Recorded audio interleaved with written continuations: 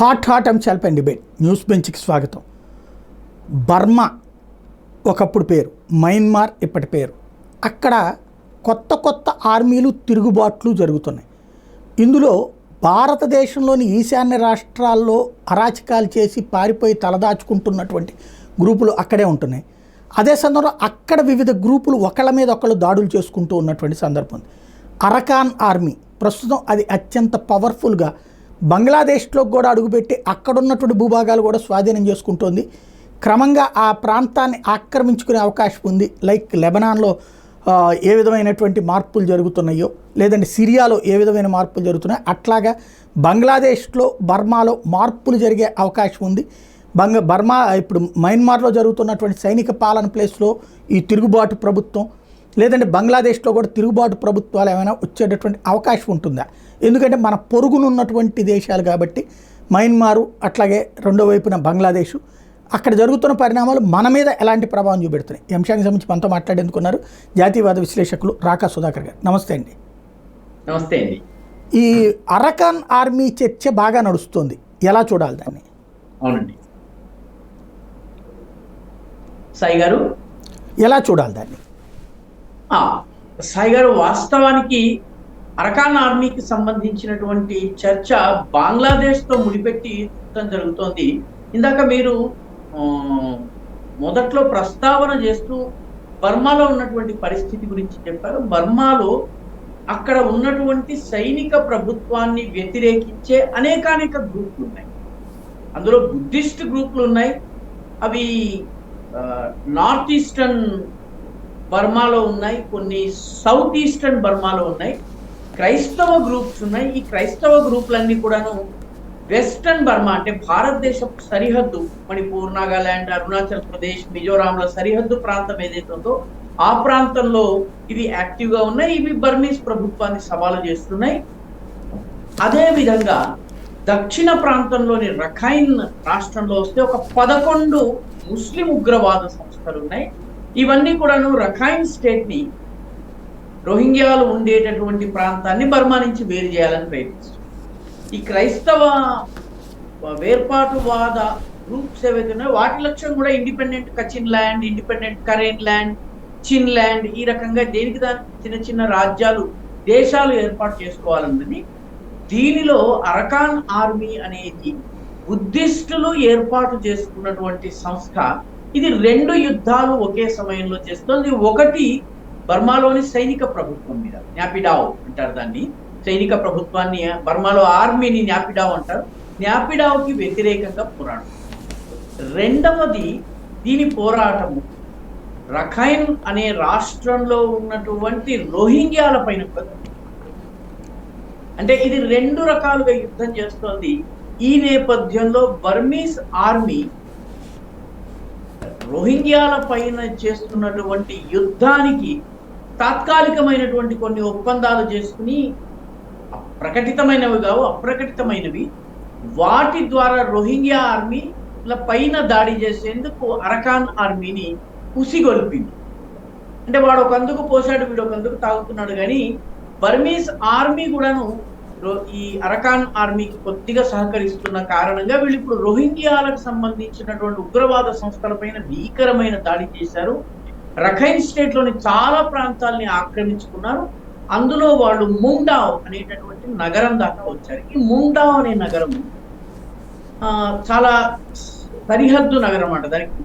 ఈ ముండావ్ నగరం దాటగానే కొద్దిగా ఒక 4-5 కిలోమీటర్లు వెళ్ళగానే మీకు నాఫ్ అనే నది వస్తుంది. ఈ నాఫ్ అనే నది అటు బంగ్లాదేశ్ లో ప్రారంభమవుతుంది. బంగ్లాదేశ్ బర్మాల సరిహద్దుగా ఉంటుంది. దీన్ని దాటినట్లయితే బంగ్లాదేశ్లోకి ప్రవేశించవచ్చు. అరకాన్ ఆర్మీ ప్రస్తుతము రఖైన్ స్టేట్ లో ఉన్నటువంటి ముండావ్ నగరాన్ని ఆక్రమించుకుంది. ముండావ్ నగరాన్ని ఆక్రమించుకున్న తర్వాత అరకాన్ ఆర్మీ సైన్యాలు ఈ నదిని, నాఫ్ నదిని దాటి టేక్నాఫ్ అనే పట్టణాన్ని పట్టారు. ఈ టేక్నాఫ్ అనే పట్టణము బంగ్లాదేశ్ ని కనుక మనం చూసినట్టు దాని తోకలాగా కింద ఒక 20% భూభాగం ఉంటుంది. ఈ 20% భూభాగానికి వెళ్ళేటటువంటి కీలకమైన నగరాల్లో ఒకటి టేక్నాఫ్ నగరం. ఇప్పుడు టేక్నాఫ్ నగరంలోకి కూడా అరకాన్ ఆర్మీ వచ్చి ఆక్యుపై చేస్తుందని చెప్తున్నారు. ఇది అనఫీషియల్ వార్తలే. బంగ్లాదేశ్ ఆర్మీ ఇప్పటి వరకు ప్రకటించలేదు, ప్రభుత్వము ప్రకటించలేదు, అరకాన్ ఆర్మీ కూడా ప్రకటించటం లేదు. కానీ ఈ టేక్నాఫ్ పట్టణాన్ని పట్టుకున్నట్టయితే క్రింద ఉన్నటువంటి దానికి దిగువన ఉన్నటువంటి బంగ్లాదేశ్ భూభాగం పైన బంగ్లాదేశ్కి నియంత్రణ లేదు. ఇది ఇప్పుడు చాలా కీలకమైనటువంటి డెవలప్మెంట్. ఎందుకంటే బంగ్లాదేశ్లో ఉన్నటువంటి చిట్టగాంగ్ హిల్ ట్రాక్ట్ కొండ ప్రాంతము బంగ్లాదేశ్ ప్రభుత్వానికి వ్యతిరేకంగా రకరకాల ఉగ్రవాద రకరకాల సంస్థలు, మిలిటెంట్ సంస్థలు పనిచేస్తున్నటువంటి ప్రాంతము. ఆ ప్రాంతంతో పాటు రఖైన్ స్టేట్లో ఉన్నటువంటి ప్రాంతాలని పట్టుకోవడము. దీనికి అటు బర్మీస్ ఆర్మీ సహకారం కొంత ఉంది. ఈ అరకాన్ ఆర్మీ తోటి భారతదేశపు రాకి కూడా సంబంధాలు ఉన్నాయన్నది ఇప్పుడు ఒక ఆరోపణ. ఈ అన్నిటి నేపథ్యంలో బర్మా, బంగ్లాదేశ్, భారత్ ఈ 3 దేశాల సరిహద్దులో ఒక చాలా కీలకమైనటువంటి ఇంటర్నేషనల్ చెస్ గేమ్ నడుస్తుంది. ఆ చెస్ గేమ్ లో అరకాన్ ఆర్మీ ఒక చాలా కీలకమైనటువంటి పావుగా మనం భావించవచ్చు. సాయి గారు, నేను చెప్పింది మీకు అర్థమై ఉంటుంది అనుకుంటాను. ఎందుకంటే అరకాన్ ఆర్మీ బర్మీస్ ప్రభుత్వానికి వ్యతిరేకంగా పోరాడుతుంది, కానీ రఖైన్ స్టేట్ లో ఉన్నటువంటి ముస్లిం రోహింగ్యాలకు వ్యతిరేకంగా కూడా పోరాడుతుంది. ఎందుకంటే బుద్ధిస్టులని, హిందువులని ఈ రఖైన్ లో ఉన్నటువంటి రోహింగ్యాలు చంపేశారు బర్మాలో ఉన్నట్టు.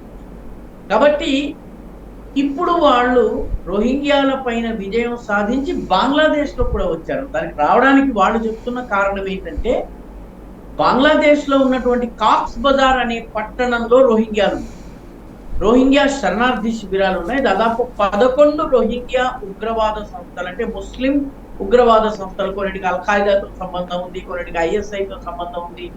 ఇవన్నీ కూడాను కాక్స్ బజార్ నుంచి పనిచేస్తున్నాయి. కాబట్టి కాక్స్ బజార్ కి రఖైన్ స్టేట్ కి మధ్య ఉన్నటువంటి టేక్నాఫ్ పట్టణాన్ని ఇప్పుడు అరకాన్ ఆర్మీ తీసుకుంది. కాబట్టి అక్కడ ఒక రకమైనటువంటి జియో పొలిటికల్ చదరంగం జరుగుతోంది. ఈ చదరంగంలో చైనా పాత్ర ఉంది, బర్మీస్ ఆర్మీ పాత్ర ఉంది, రోహింగ్యాల పాత్ర ఉంది, బంగ్లాదేశ్ పాత్ర ఉంది, భారత్ పాత్ర కూడా ఉందని చెప్తున్నారు.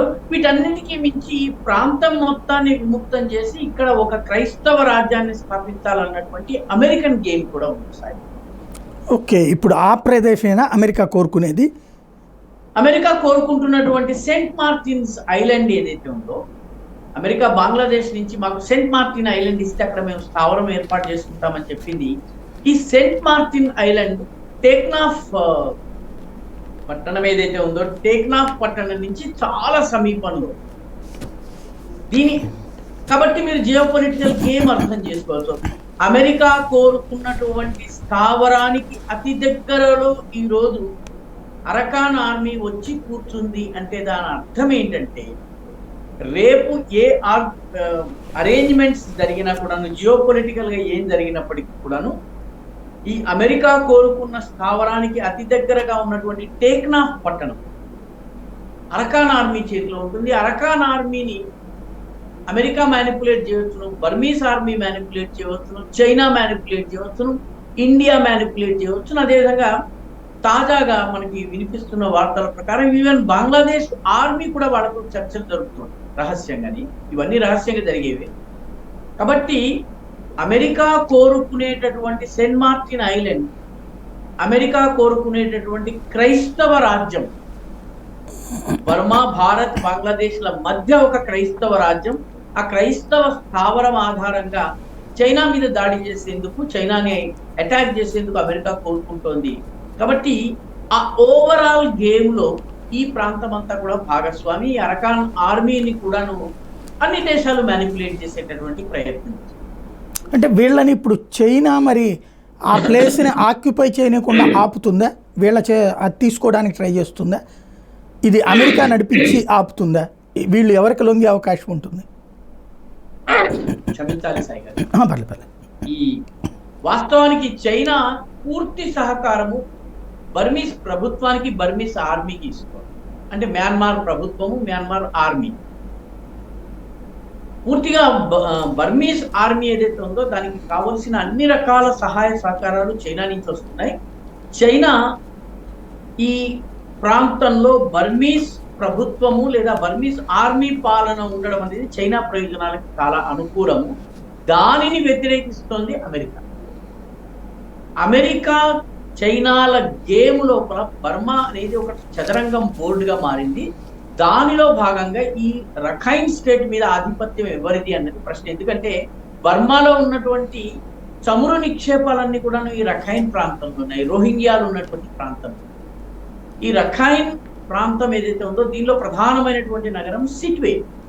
ఈ సిట్వే నగరం పైన ఆధిపత్యము, ముంగావ్ నగరం పైన ఆధిపత్యము, ఈ చమురు నిక్షేపాల పైన ఆధిపత్యము కనుక ఎవరికి వస్తే వాళ్ళది. కాబట్టి చైనా కూడా ప్రయత్నం చేస్తోంది, అమెరికా కూడా ప్రయత్నం చేస్తోంది. అందులో భాగంగా ఈ అరకాన్ ఆర్మీ ఈ ఈ గ్రూప్లని మనము అర్థం చేసుకోవాల్సిన అవసరం ఉంది సాయి గారు. ఇవన్నీ చిన్న చిన్న గ్రూప్స్, ఒక జిల్లాకి లేకపోతే ఒక 2 జిల్లాలకి లేకపోతే ఒక రాష్ట్రానికి పరిమితమైన ఉగ్రవాద సంస్థలు. బర్మాలో ఇటువంటి ఉగ్రవాద సంస్థలు దాదాపు ఒక 40-50. ఇవన్నీ కూడాను కలిసికట్టుగా బర్మీస్ సైన్యం పైన పోరాడుతున్నాయి. కానీ ఎవరికి వాళ్ళ ఏరియాస్ ఇన్ఫ్లుయెన్స్, అదేవిధంగా వాళ్ళ ప్రయోజనాలు ఉన్నాయి. కాబట్టి అరకాన్ ఆర్మీకి, అరకాన్ అంటే అరకాన్ బర్మీస్ నేమ్, దాన్నే రఖైన్ అని కూడా అంటారు. రఖైన్ వేరు కావు. అరకాన్ యోమా పర్వతమాలిక ఉన్నటువంటి ఏరియానే రఖైన్ అంటారు. కాబట్టి ఈ అరకాన్ ఆర్మీ ఈ ప్రాంతం అంతటి పైన ఆధిపత్యం కోసం ప్రయత్నిస్తోంది. బర్మీస్ ఆర్మీ దాన్ని ఉపయోగించుకుంటోంది. చిన్న చిన్న గ్రూప్స్ అన్ని కూడాను ఎవరు డబ్బులు ఇస్తే వాళ్ళతో కలిసేటటువంటి పరిస్థితి ఉంటుంది.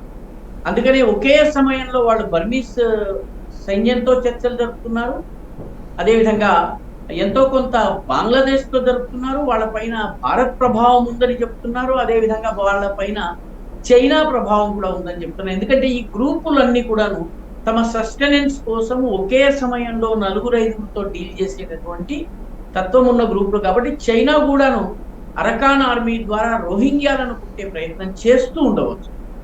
భారత్ కూడా ఆ దిశగా తాత్కాలికంగా బంగ్లాదేశ్ని అదుపు చేసేందుకు అవసరం ఉండి భారత్ చేస్తుందన్నటువంటి విమర్శలు కూడా వస్తున్నాయి, లేదా వ్యాఖ్యానాలు కూడా వస్తున్నాయి సాయి గారు. కాబట్టి అక్కడ గేమ్ చాలా కాంప్లికేటెడ్ సాయి గారు. ఇది మామూలుగా మ్యాప్ చూడకుండా మనకి అర్థం కానటువంటి పరిస్థితి సాయి గారు. రైట్. మరొక వైపున ఇక్కడ దీనికి ఇంకో దానికి కూడా మీరు చెప్పినట్టే అది ముడిపెట్టారు, భారత్ చేపిస్తోందని. ఇంకొకటి ఏంటంటే తెహ్రీకి తాలిబాన్ పాకిస్తాన్ మీదన తాలిబాన్లో ప్రాంతం లోపలికి వెళ్ళి మరి పాకిస్తాన్ దాడి చేసింది. దాదాపుగా 7 ప్రాంతాల మీదన విధ్వంసం సృష్టించింది, వందలాది మంది ప్రాణాలు తీసింది. దానికి బదులుగా తాలిబాన్లు ఇప్పుడు పెద్ద ఎత్తున పాకిస్తాన్లోకి భారత్ను పట్టారు. ఇది కూడా భారతదేశమే వెనక నుంచి నడిపిస్తోంది అన్నటువంటి చర్చ నడుస్తోంది. అంటే తహరీకే తాలిబాన్ పాకిస్తాన్ వాస్తవానికి కరడుగట్టినటువంటి ఇస్లామిక్ సంస్థ. దీనిని తయారు చేసింది పాకిస్తాన్. ఎందుకంటే తహరీకే తాలిబాన్ పాకిస్తాన్ వాస్తవంగా ఆఫ్ఘనిస్తాన్లో పనిచేయడానికి ఏదైతే తాలిబాన్ సంస్థ ఉందో, తాలిబాన్లు ఎవరైతే ఉన్నారో వీళ్ళు పాకిస్తాన్, ఆఫ్ఘనిస్తాన్లో పాకిస్తాన్ తరఫున పనిచేయడానికి వీళ్ళను పంపించారు. కానీ వీళ్ళు ఆఫ్ఘనిస్తాన్లో వెళ్ళి పరిపాలనను పగ్గాలు చేపట్టిన తర్వాత పాకిస్తాన్ మాట వినడం లేదు, పైపెచ్చు పాకిస్తాన్ సరిహద్దు పైన దాడి చేస్తారు. రెండవది తహరీకే తాలిబాన్ పాకిస్తాన్ కూడా పాకిస్తాన్ సృష్టి. ఎందుకంటే దక్షిణ పంజాబ్లో ఉన్నటువంటి రకరకాల సంస్థలను అదుపు చేసే ప్రయత్నంలో పాకిస్తాన్ దీన్ని ఏర్పాటు చేసింది. ముఖ్యంగా ఆ ప్రాంతంలో ఉండే దోపిడీ దొంగల ముఠాలు ఉన్నాయి, తర్వాత రకరకాల మాఫియాలు ఉన్నాయి. వాటిని అదుపు చేసి అక్కడ ఉన్నటువంటి ఈ తెగల ప్రజలందరినీ కూడా, ముఖ్యంగా ఖైబర్ పఖ్తూన్వాలో రకరకాల తెగలు ఉంటాయి, ఈ తెగలన్నింటినీ ఇస్లామైజ్ చేయడం కోసము, అదేవిధంగా సెరైకి ప్రజలు ఎక్కువగా నివసించేటటువంటి దక్షిణ పంజాబ్ ప్రాంతంలో కూడాను వేర్పాటువాదం పెచ్చరిల్లకుండా మతోన్మాదాన్ని పెంచేందుకు పాకిస్తాన్ ఈ తహరీకే తాలిబాన్ పాకిస్తాన్ని ఏర్పాటు చేసింది. ఇప్పుడు తాలిబాన్ మాట విననట్టే తహరీకే తాలిబాన్ పాకిస్తాన్ కూడా పాకిస్తాన్ ప్రభుత్వము లేదా పాకిస్తాన్ సైన్యం మాట వినడం. ఆల్రెడీ వాళ్ళు పాకిస్తాన్ మొత్తంలో తాలిబాన్ రాజ్యాన్ని తీసుకొస్తామని చెప్తున్నారు. ఇస్లామిక్ షరియా ఆధారంగా పరిపాలన చేస్తున్నాం. పాకిస్తానీ ఆర్మీ కానీ పాకిస్తానీ ప్రభుత్వం కానీ ఉండవలసినంత ఇస్లామిక్ దృఢత్వం వాళ్ళలో లేదు అన్నది తాలిబాన్ మాట. కాబట్టి తాలిబాన్ల దగ్గర ఈరోజు ఆయుధాలకు లేదు. కారణం ఏంటంటే తాలిబాన్లకు ఆయుధాలు ఇస్తున్నది తహరీక్ తాలిబాన్ పాకిస్తాన్, అంటే పాకిస్తానీ తాలిబాన్లకు ఆయుధాలు ఇస్తున్నది ఆఫ్ఘాన్ తాలిబాన్. ఆఫ్ఘాన్ తాలిబాన్ల దగ్గర ఆయుధాలకు లోటు ఎందుకు లేదంటే అమెరికా బగ్రామ్ ఎయిర్పోర్ట్ లో మొత్తం ఆయుధాల కుప్పని వదిలేసేసి పారిపోయింది. ఆఫ్ఘనిస్తాన్ లో బగ్రామ్ ఎయిర్పోర్ట్ అని ఉండేది. ఆ బగ్రామ్ స్థావరము అమెరికన్ సైన్యానికి ప్రధాన స్థావరం. వాళ్ళు చెప్పబెట్టకుండా పారిపోయారు, ఆయుధాలను వదిలేసి. ఆ ఆయుధాలు ఇప్పుడు పాకిస్తాన్ లోకి వస్తున్నా అవే ఆయుధాలు కశ్మీరీ ఉగ్రవాదుల చేతుల్లో కూడా ఉన్నాయన్న వార్తలు వస్తున్నాయి. కాబట్టి అర్థం చేసుకోవాల్సింది ఏంటంటే తహరీక్ తాలిబాన్ పాకిస్తాన్ కి డబ్బుల కొరత లేదు, ఆయుధాల కొరత లేదు. ఎందుకంటే పాకిస్తాన్ లో వాటిని పెంచి పోషించింది పాకిస్తాన్. వాటికి ఇప్పుడు సహకరిస్తున్నది ఆఫ్ఘనిస్తాన్. ఆఫ్ఘనిస్తాన్ కి పాకిస్తాన్ కి మధ్య ఉన్నటువంటి గొడవను అర్థం చేసుకోకుండా టీటీపీని మనం అర్థం చేసుకోలేము. సాయి గారు, మీరు ఆశ్చర్యపోతారు. పాకిస్తాన్ ని ఒక దేశంగా గుర్తించనటువంటి, చాలా కాలం వరకు ఒక దేశంగా గుర్తించని దేశం ప్రపంచంలో ఏదైనా ఉన్నట్లయితే అది ఆఫ్ఘనిస్తాన్. ఆఫ్ఘనిస్తాన్ ఏ రోజు కూడా పాకిస్తాన్ ఒక దేశంగా గుర్తించలేదు చాలా సంవత్సరాలు.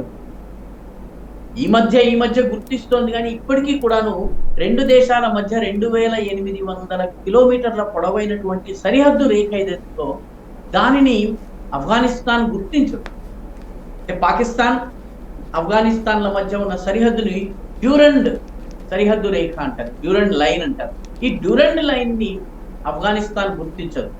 ఎందుకంటే సరిహద్దుకు అటువైపు పష్తూన్లు ఉంటారు, అంటే పఠాన్లు ఉంటారు, ఇటువైపు పఠాన్లు ఉంటారు.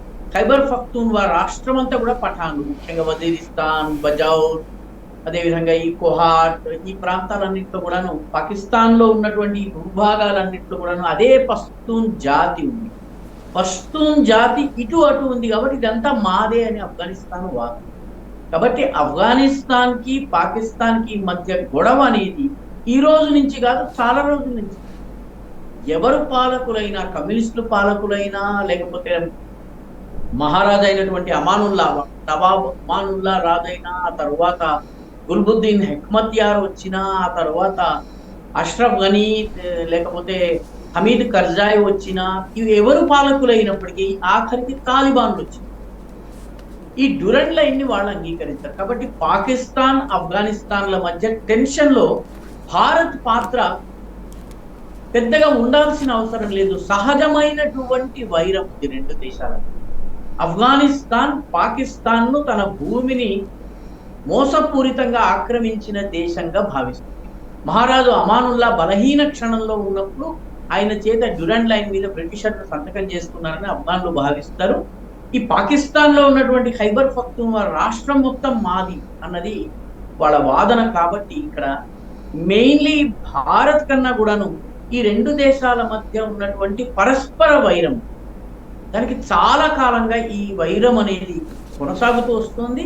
ఆఫ్ఘనిస్తాన్ పాకిస్తాన్ ని చాలా కాలం వరకు గుర్తించలేదు. ఇది మనం గమనించాలి సాయి. రైట్. అంటే శత్రువుకి శత్రువు మిత్రుడు అన్నటువంటి కోణంలో సాధారణంగా అమెరికా కొన్ని చోట్ల ఈ ఉగ్రవాద గ్రూపులకి ఆయుధాలు, ఆర్థిక సాయం అందించి సహకరిస్తూ ఉంటుంది కదా, సిరియాలు, అట్లాగే పాలస్తీనా ఇట్లాంటి చోట్ల. అట్లాగే ఏమన్నా ఇక్కడ భారతదేశం ఏమన్నా పాకిస్తాన్ ఈ బర్మాలో అరకాన్ ఆర్మీకి కానీ లేకపోతే ఇటు వీళ్ళకి కానీ సహాయం చేస్తుండొచ్చా? అంటే సహాయము చేసినా కూడా అది బహిరంగంగా ఏమీ ఉండదు, అధికారికంగా ఏమీ ఉండదు, రహస్యంగా జరిగేటటువంటి ఇవన్నీ కూడా కోవర్ట్ ఆపరేషన్స్. కాబట్టి ఇంటెలిజెన్స్ వర్గాలు, రా వంటి ఇంటెలిజెన్స్ సంస్థలు చేసేటటువంటి పని. రా వంటి ఇంటెలిజెన్స్ సంస్థలు కేవలము మన దేశం మాత్రమే కాదు సాయి గారు, లిబియా కావచ్చు, సిరియా కావచ్చు, లేకపోతే మిగతా యెమెన్ కావచ్చు, ఈ దేశాల్లో కూడా మన ఏజెంట్స్ ఉంటారు, వాళ్ళు పనిచేస్తూ ఉంటారు, వాళ్ళు అక్కడ మన ప్రయోజనాలను కాపాడతారు. లేకపోతే యెమెన్లోను లిబియాను అంతర్యుద్ధం వచ్చినప్పుడు అక్కడ చిక్కుబడిపోయిన భారతీయ పౌరుల్ని మనము రెండు పక్షాలతో మాట్లాడి వాళ్ళని చల్లబరిచి తాత్కాలికంగా యుద్ధ విరామం చేసి భారతీయులు వచ్చేలాగా మనం చేయలేము. కాబట్టి మన ఇంటెలిజెన్స్ ఆపరేషన్స్ ప్రపంచమంతా జరుగుతాయి, ఆఫ్ఘనిస్తాన్ లో కూడా జరుగుతూ ఉండవచ్చు. కానీ వీటికి అఫీషియల్ కన్ఫర్మేషన్ ఉండదు సాయి. అదేవిధంగా అరకాన్ ఆర్మీ కూడాను భారత్ ప్రభావం ఎంతో కొంత ఖచ్చితంగా ఉండి ఉండవచ్చును, కానీ దానికి అఫీషియల్ కన్ఫర్మేషన్స్ మనము ఇక్కడ ఉండి మనం చెప్పలేము సార్. రైట్. ఇప్పుడు మామూలుగా అమెరికా వాళ్ళకి చైనాని దెబ్బ కొట్టడం కోసం ఈ ప్రాంతంలో ఒక స్థావరం ఏర్పాటు చేయాలన్న ఆలోచన ఉంది. అయితే దానికి ఇంతకుముందు కూడా భారత్ మీద ఒత్తిడి తీసుకొచ్చారు. మనతో ఒప్పందం ఆ పాయింట్ కూడా ఏది ఇద్దరిలో ఎవరికి ప్రాబ్లం వచ్చినా చైనా నుండి ఇక్కడి నుంచి ఆపరేషన్స్ అన్నటువంటిది ఒక ఒత్తిడి తీసుకొచ్చారు. ఇప్పుడు ఈ సెయింట్ పీటర్స్ ఐలాండ్ కనుక వాళ్ళ చేతికి రావడం అంటే భారతదేశం దాన్ని ప్రోత్సహించవచ్చు కదా చైనాని దెబ్బ కొట్టడానికి, లేదా మనకు కూడా థ్రెట్ ఉంటుందన్న ఉద్దేశంతో మనం కూడా ఆపే ప్రయత్నం చేస్తున్నామా వాళ్ళని? సాయి గారు, ఇది చాలా సంక్లిష్టమైనటువంటి జియో పొలిటికల్ గేమ్. అమెరికా కోరుకున్న యుద్ధంలో భారత్ ఎందుకు భాగస్వామి కావాలి? ఇది ఒక మౌలికమైన ప్రశ్న. చైనాతో యుద్ధం చేయాలా వద్దా, ఎప్పుడు చేయాలి, ఎలా చేయాలి అన్నది ఒక స్వతంత్ర సార్వభౌమ సర్వసత్తాక దేశంగా భారతదేశం నిర్ణయించుకోవాలి. అమెరికా చెప్పినప్పుడు యుద్ధం చేస్తే ఏం జరుగుతుంది? ప్రస్తుతం యుక్రెయిన్ పరిస్థితి. యుక్రెయిన్ ని మొత్తము కుళ్ళబొడి చేశారు, దేశం మొత్తాన్ని ధ్వంసం చేశారు. అమెరికా నుంచి ఒక విమానం వస్తే ఆ విమానంలో ఉన్న ఆయుధాలని ఉపయోగించి కొద్దిగా యుద్ధం చేస్తారు. మళ్ళీ అమెరికా ఎప్పుడు ఆయుధాలు పంపిస్తుందని ఎదురు చూస్తూ ఉంటారు. అమెరికా రష్యాల యుద్ధంలో వాళ్ళ యొక్క ప్రాక్సీ వార్లో యుక్రెయిన్ ఒక యుద్ధ క్షేత్రంగా మారిపోయింది. వాడు యుక్రెయిన్ కొడుతున్నాడు, వీడు యుక్రెయిన్ కొడుతున్నాడు. ఆ దేశము యుద్ధం అయిపోయిన తర్వాత కూడా ఒక 50 సంవత్సరాలు పడుతుంది రీకన్స్ట్రక్షన్ జరగదు. రీకన్స్ట్రక్షన్ కి మళ్ళీ అమెరికా నుంచి డబ్బు తీసుకోవాలి. ఇప్పుడు అదే రకమైనటువంటి పరిస్థితి ఈరోజు ఇజ్రాయెల్కి ఉంది. ఇజ్రాయెల్ తన యొక్క దౌత్య విధానాన్ని స్వంత అవసరాల ఆధారంగా చేస్తుంది. పూర్తిగా అమెరికా మీద ఆధారపడదు. అమెరికా చెప్పిన అనేక అంశాలను చేయదు ఇజ్రాయెల్. కొన్ని అంశాలను చేస్తుంది, చాలా అంశాలను చేయకుండా స్వతంత్ర విధానాన్ని అవలంబిస్తుంది. కాబట్టి ఏకకాలంలో ఏమేం చేయాలో అది చేస్తుంది. అటు యెమెన్లో ఉన్నటువంటి హూథీల పైన, ఇటు లెబనాన్లో ఉన్న హిజ్బుల్లా పైన, లేకపోతే సిరియాలో ఉన్నటువంటి అలావైట్ సైన్యాల పైన ఏకకాలంలో దాడి చేస్తుంది. అమెరికా చెప్పితే చేయదు. తన స్వతంత్రాన్ని పరిరక్షించుకుంటూ తన ప్రయోజనాలకు పెద్దపీట వేస్తూ అమెరికాతో చెలిమించదు. భారత్ ఇజ్రాయెల్ బాటని అనుసరించి, అంటే పూర్తి యుద్ధం ఎప్పుడు చేయాలో భారత్ నిర్ణయించుకుంది. దానికి అమెరికా సహకరించడం వేరు, అమెరికా యుద్ధాన్ని భారత భూభాగంలో చేయనివ్వడం వేరు. అమెరికా యొక్క యుద్ధము భారత్ అవసరం లేకుండా యుద్ధం చేయటం అనేది ఏదైతే ఉందో అది సరైనది కాదు. చైనాతో యుద్ధం చేయాల్సి వచ్చినప్పుడు ఇండియా టర్మ్స్ లో, ఇండియా అవసరాల మేరకు, ఇండియాకి సంబంధించిన ప్రయోజనాల దృష్ట్యా యుద్ధం చేయాలి. కానీ అవసరమే అంటే సాధారణంగా పాకిస్తాన్ వాళ్ళకైతే ఒకప్పుడు సుదీర్ఘకాలం పాటు పాకిస్తాన్ వాళ్ళతోనే స్నేహంగా నడిచింది కదా. అప్పుడు వీళ్ళు ఎందుకు ప్రయత్నించలేదు పాకిస్తాన్లను కొంత భూభాగం తీసుకుని స్థావరం పెట్టుకోవడానికి? పర్టికులర్గా ఈ ఐలాండ్ మీదనే ఎందుకు కాన్సన్ట్రేట్ చేసినట్టు, దానికోసం ప్రభుత్వాలనే మార్చే కుట్రలు ఎందుకు చేస్తున్నట్టు? అంటే పాకిస్తాన్లో ఉండడం వల్ల వాళ్ళకి ఉపయోగం లేదు. ఎందుకంటే మీరు పాకిస్తాన్ అన్నారు కాబట్టి చెప్తున్నాను. పాకిస్తాన్లో ఉన్నటువంటి స్థావరం ఆఫ్ఘనిస్తాన్ని, ఇరాన్ని నియంత్రించేందుకు ఉపయోగపడుతుంది. పాకిస్తాన్ అనే దేశము అమెరికాకి ఇస్లామిక్ దేశాలని కొట్టడం కోసము ఉపయోగపడేటటువంటి ఒక వధ్యశిల లాంటిది, ఒక లాంచింగ్ ప్యాడ్ లాంటిది. ఎందుకంటే పాకిస్తానీలో అల్లాహ్ అక్బర్ అని బాంబేస్తారు ఇరాన్ మీద, ఇరాన్లో దెబ్బలు తింటూ వాడు అల్లాహ్ అక్బర్ అంటాడు. ఆఫ్ఘనిస్తాన్ మీద దాడి చేసినప్పుడు వాడు అల్లాహ్ అక్బర్, వీడు అల్లాహ్. పాకిస్తాన్ అనేది ఇరాన్, ఆఫ్ఘనిస్తాన్, ఈ రెండు ఇరాన్, ఆఫ్ఘనిస్తాన్ అనేటటువంటి రెండు ఇస్లామిక్ దేశాలను నియంత్రించేందుకు ఒక లాంచ్ ప్యాడ్. చైనాని నియంత్రించడం కష్టం. ఎందుకంటే పాకిస్తాన్ నుంచి చైనాకి వెళ్ళేటటువంటి దారి ఏదైతే ఉందో అది ఆక్రమిత కాశ్మీర్లోని గిల్గిట్ బల్టిస్తాన్లో ఉన్నటువంటి ఖుంజరాబ్ కనుమ ఒకటి. ఆ ఖుంజరాబ్ కనుమ మీదుగా వెళ్తుంది. కాబట్టి గిల్గిట్ బల్టిస్తాన్ని ఏ రోజైనా భారత్ పునః ఆక్రమించుకుని ఈ భూభాగంలో భారత ప్రభుత్వం ఉన్నట్టయితే పాకిస్తాన్కి డైరెక్ట్ గా చైనాతో కనెక్షన్ ఉండేటటువంటి వీలు లేదు. కాబట్టి అమెరికా ఈ ప్రాంతంలో పాకిస్తాన్ని చైనా పైన దాడి చేసేందుకు ఒక స్థావరంగా ఉపయోగించుకోలేదు. ముఖ్యంగా మీకు అక్కడ ఉన్నటువంటి ప్రాంతం చాలా దుర్గమమైంది. భారీ సైనిక ఆపరేషన్స్ చేయడం అనేది అసాధ్యము. ముఖ్యంగా ఆ, చైనా మీద యుద్ధం చేయాలన్నట్లయితే టిబెట్నో షింజియాంగ్ రాష్ట్రం మీద దాడి చేయడం వల్ల ప్రయోజనం ఉండదు. షాంఘాయ్ కావచ్చును, యునాన్ కావచ్చును, బీజింగ్ కావచ్చు, వాటిపైన దాడి జరిగితేనే చైనా మీద దాడి చేస్తుంది. ఆ రకమైనటువంటి సదుపాయం లేదు. ఆ, భారతదేశాన్ని అమెరికా కోరుకోవడానికి కారణం ఏంటంటే, మనము ఈ టిబెట్ భూభాగం ఏదైతే ఉందో, టిబెట్ భూభాగం ద్వారా మనం వెళ్ళగలము. యునాన్ ప్రావిన్స్ కి వెళ్ళడం భారతదేశం నుంచి చాలా సులువు. ముఖ్యంగా నార్త్ ఈస్టర్న్ స్టేట్స్ నుంచి యునాన్ ప్రావిన్స్ కి వెళ్ళవచ్చును.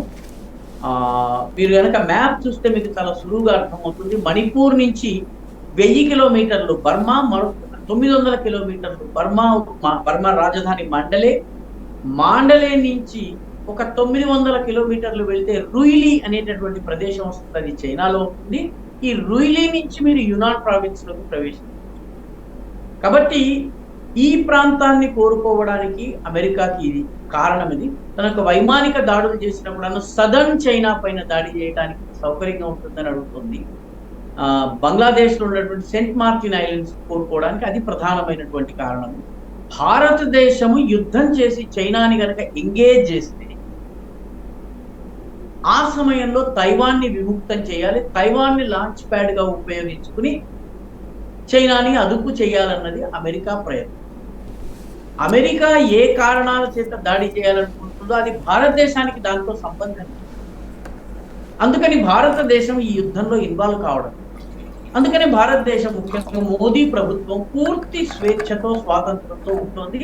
చైనాతో నిజానికి డిఎస్కలేషన్, సరిహద్దు ప్రాంతంలో ఉన్నటువంటి ఉద్రిక్తతల్ని తగ్గించే ప్రయత్నం చేస్తుంది. ఎందుకంటే ఈ సమయంలో యుద్ధం చైనాకి మంచిది కాదు, భారత్కి మంచిది.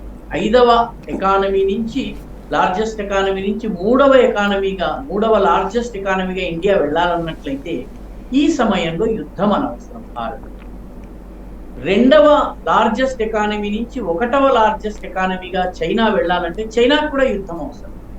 కాబట్టి 2 దేశాలను కొట్లాడించి బాగుపడాలన్నటువంటి అమెరికా ప్రయత్నంలో భారత్ ఎందుకు భాగస్వామి కాదు? కాబట్టే మోదీ ప్రభుత్వము ఈ వార్లో ఇన్వాల్వ్ కావడం లేదు. ఎందుకంటే దీనివల్ల మనకి వచ్చేదానికన్నా పోయేది. కాబట్టి ఇవన్నీ బేరీజు వేసుకున్న తరువాతనే భారతదేశము చైనాని అదుపు చేసేటటువంటి ప్రయత్నాల్లో అమెరికాతో చేయగలపడం వల్ల మనకు ఉపయోగం లేదు. ఎందుకంటే ఇండియన్ ఆర్మీ, చైనీస్ ఆర్మీ యుద్ధం చేయవలసి ఉంటుంది. అమెరికా చేసే సహాయం ఆయుధాల రూపంలో ఉంటుంది. ఇప్పుడు యుక్రెయిన్ కి చేసినట్టుగా అమెరికా సైనికులు మన భూభాగంలో దిగి మనకు సహకరించే పరిస్థితి ఉండదు. బూట్స్ ఆన్ ద గ్రౌండ్ అంటారు. American boots on the ground ఉండవు, వాళ్ళ ఆయుధాలు ఉంటాయి. ఆ ఆయుధాలు కూడా ఫ్రీగా ఏమి ఇవ్వరు.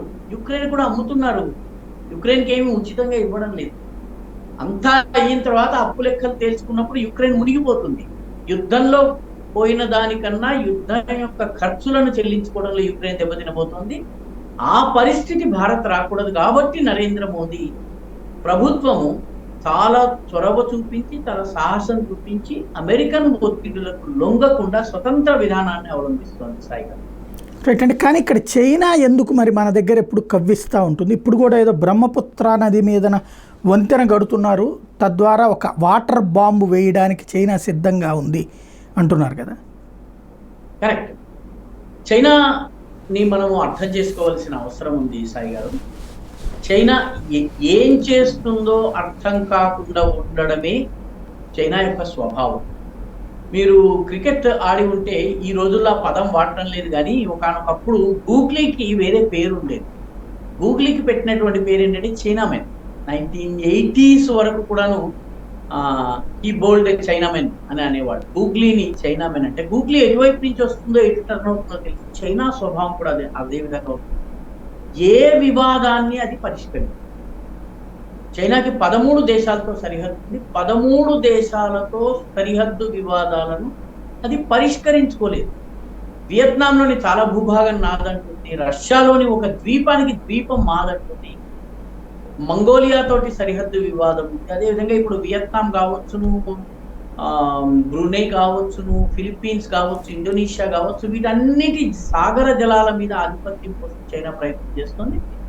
భారతదేశంలో కూడా ఇదే రకమైనటువంటి పరిస్థితి చైనా చేస్తుంది. కాబట్టి చైనీస్ మూవ్స్ ఏవైతే ఉన్నాయో, వాళ్ళ ఎత్తుగడలు ఏవైతే ఉన్నాయో వాటిని అర్థం చేసుకుని చైనాతో దృఢంగా వ్యవహరించవలసిన చేయాల్సినటువంటి అవసరం ఉంది. ప్రస్తుతం ఉన్నటువంటి ప్రభుత్వం దృఢంగా వ్యవహరిస్తుంది, చాలా దృఢంగా వ్యవహరిస్తున్నది. కాబట్టి చైనా వెనకడుగులో ఉంది. గమనించాల్సిన విషయం ఏంటంటే సాయి గారు, 2017లో వాళ్ళు మొట్టమొదటిసారి భారత్ మీద ఆక్రమణ చేయకుండా డోక్లంలోకి వచ్చారు. అది భూటాన్ స్వతంత్ర దేశం. దాని విదేశ విధానాన్ని భారతదేశం, దాని రక్షణని భారతదేశం చూసుకుంటుంది. కానీ ఒక థర్డ్ కంట్రీ మీద ఆక్రమణ చేసి రోడ్డు నిర్మించే ప్రయత్నం చేసింది.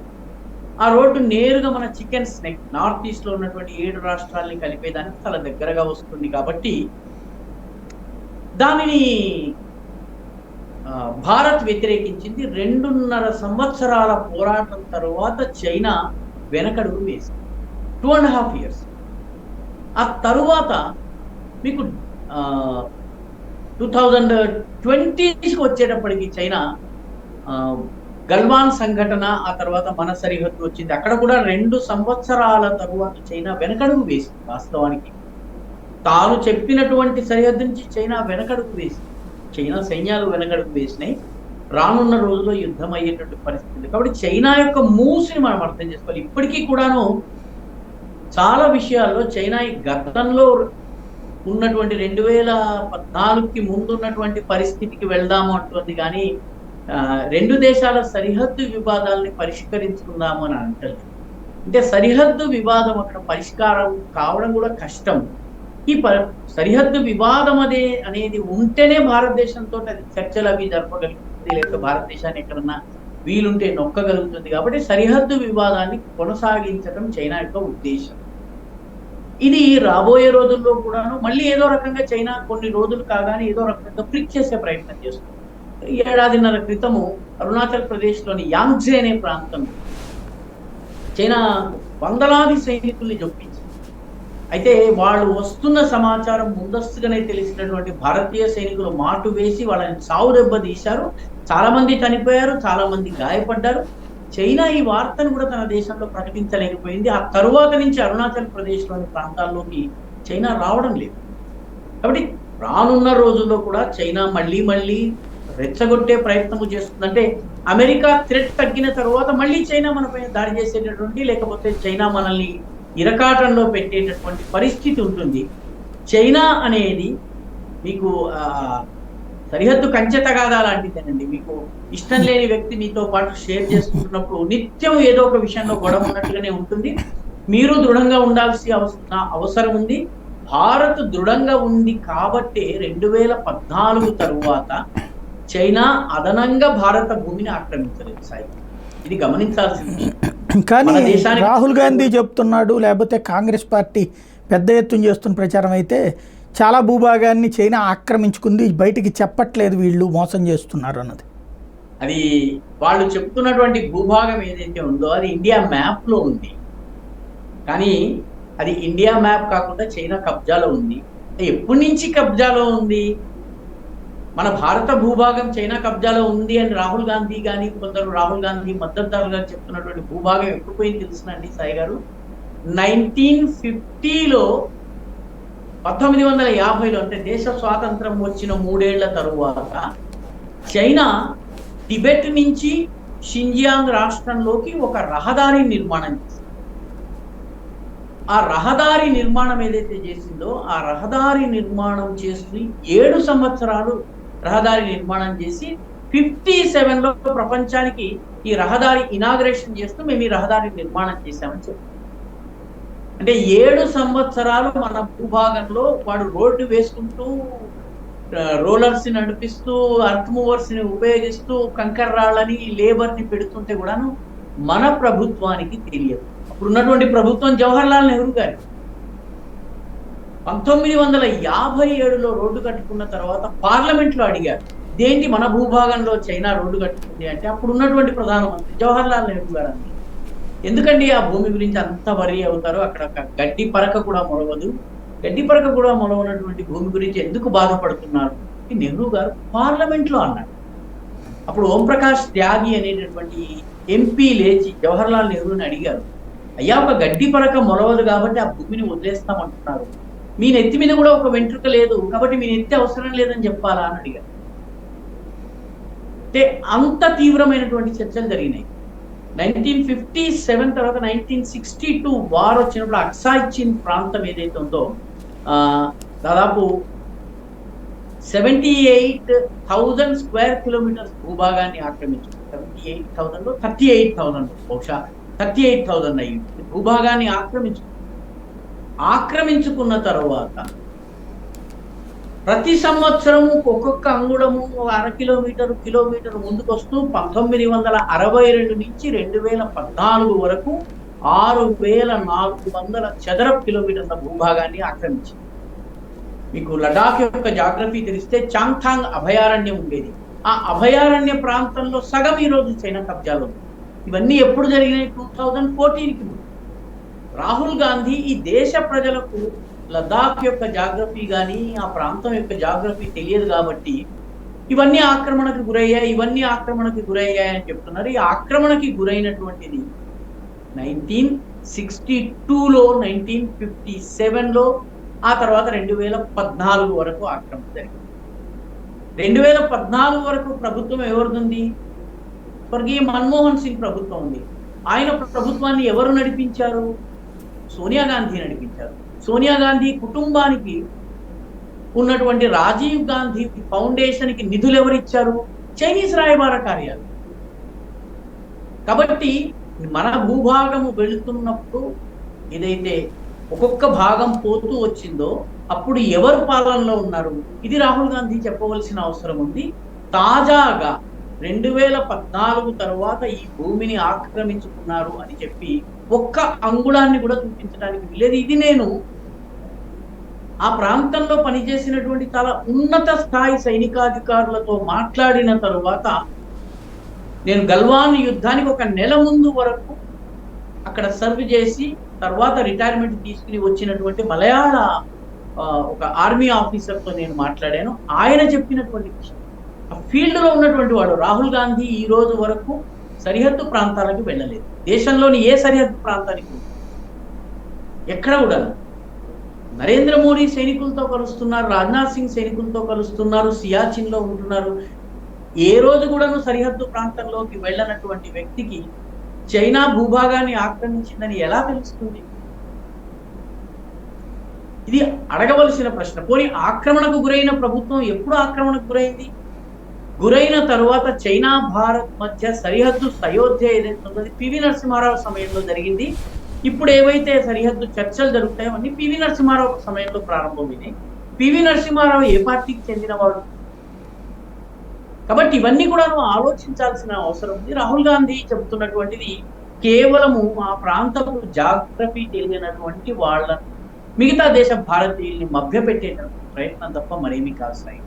థ్యాంక్ యూ వెరీ మచ్ అండి. చాలా మంచి సమాచారం అందించినందుకు. ఇది పరిస్థితి. ఓవరాల్గా అంతర్జాతీయ పరిణామాలు భారత్ చుట్టూ జరుగుతున్నటువంటి ఓ పక్కన చైనా భారత్ని ఆక్రమించుకోవడానికి కుట్రలు పన్నేది వాస్తవమే.